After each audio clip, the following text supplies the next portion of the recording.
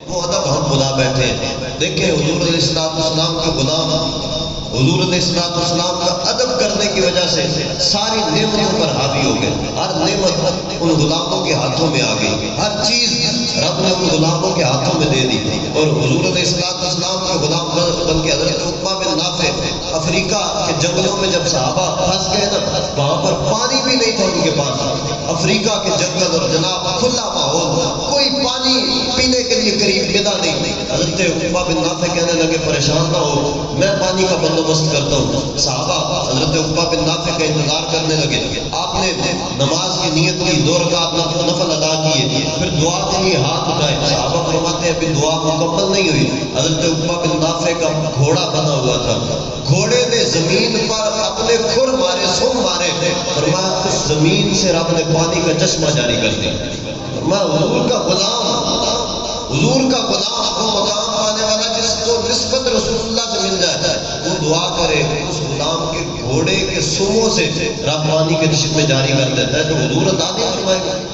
حضور کے میلاد النبی شریف کے مہینے میں ہمیں یہ یاد رکھنا چاہیے کہ ہم اپنی جھولیاں کہاں پر پھیلا کر بیٹھے ہیں، ہم کس سے مانگ رہے ہیں اور ہم نے مانگنا کس سے، ہم نے کس کی چوکھٹ پہ جانا ہے، کس کے در پہ جا کر گرنا ہے، کس سے جا کر عرضی پیش کرنی ہے کہ ہمیں تھوڑ پڑ گئی ہے، ہمیں عطا کیا جائے، ہمیں دیا جائے۔ کائنات میں ایک ہستی رسول اللہ کی ہے، ایک ہستی رسول اللہ کی ہے جو کائنات کی ہر نعمت عطا کر سکتی ہے، ہر دولت عطا کر سکتی ہے۔ اور انسان تو درکنار، صحابہ تو درکنار، اہل بیت درکنار، جانور بھی رسول اللہ صلی اللہ علیہ وسلم کی تعریفیں بیان کرتے تھے، مدح سرائی بیان کرتے تھے۔ لوگ پریشان ہو جاتے ہیں کہ یہ محفل میلاد ہوگی تو پتہ نہیں کیا ہوگا، یہ بدعت ہو جائے گی، یہ حرام ہو جائے گا، کوئی ایسے ٹینشن بن جائے گی۔ کچھ بھی نہیں ہوتا، صرف دل پاک ہو جاتا ہے، اور کچھ بھی نہیں ہوتا، دل پاک ہو جاتا ہے۔ لا يستقيم ایمان عبد حتى يستقيم قلبه ولا يستقيم قلب عبد حتى يستقيم لسانه۔ حضور نے فرمایا کہ دل ایمان اس وقت تک پاک نہیں ہوتا جب تک دل پاک نہ ہو، دل اس وقت تک سیدھا نہیں ہوتا جب تک زبان سیدھی نہ ہو۔ تو زبان حضور علیہ السلام کے ذکر سے سیدھی نہیں ہونی تو اور کس چیز سے سیدھی ہونی؟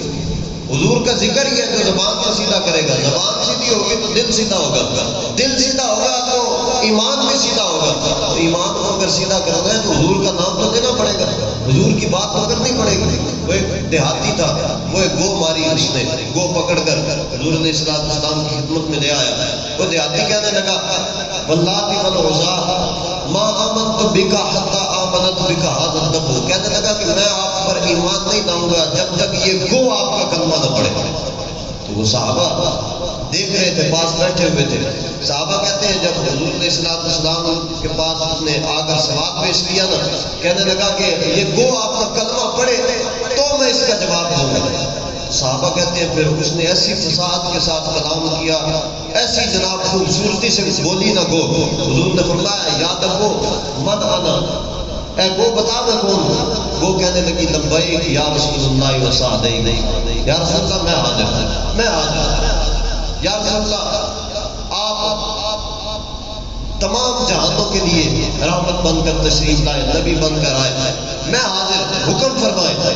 صحابہ کہتے ہیں یفہمہم قوم جمیعا، فرماتے ہیں جانور کلام کیا کرتے تھے حضور سے لیکن ہمیں سمجھ نہیں آتی تھی۔ فرمایا اس گو نے ایسی فضاحت سے کلام کیا، ایسی خوبصورتی سے کلام کیا کہ مجمع میں بیٹھے سارے لوگوں کو سمجھ آ رہی تھی کہ وہ کیا کہہ رہے ہیں، کیا بول رہی ہے۔ فرمایا گو نے کلام کیا حضور سے، حضور نے فرمایا یاد رکھو من تعبدو، اے گو کس کی عبادت کرتی ہے؟ قال الذی فی السماء عرشہ وفی الارض سلطانہ وفی البحر سبیلہ وفی الجنۃ رحمتہ وفی النار رقابہ۔ فرمایا گو کہنے لگی کہ میں اس رب کی عبادت کرتی ہوں کہ آسمانوں پر جس کی بادشاہی، زمینوں پر جس نے رستے بنا رکھے ہیں، جنت جس کی رحمت کا مظہر، جہنم جس کے عذاب کا مظہر۔ فرمایا میں اس رب کی عبادت کرتی ہوں۔ پھر حضور نے فرمایا یاد رکھو من انا، گو بتا میں کون ہوں؟ قال انت رسول رب العالمین و خاتم النبیین۔ وہ کہنے لگے یا رسول اللہ آپ اللہ کے آخری نبی بھی ہیں، اور جناب آپ کو رب نے تمام جہانوں کے لیے رحمت بھی بنا کر بھیجا ہے۔ پھر کہنے لگی قد افلح من صدقک وقد خاب من کذبک، یاد رکھنا جس نے آپ کی تصدیق کی کامیابی اسی کے لیے ہے، جس نے آپ کو جھٹلایا اس کے لیے ذلت اور رسوائی ہے، اس کے لیے ہر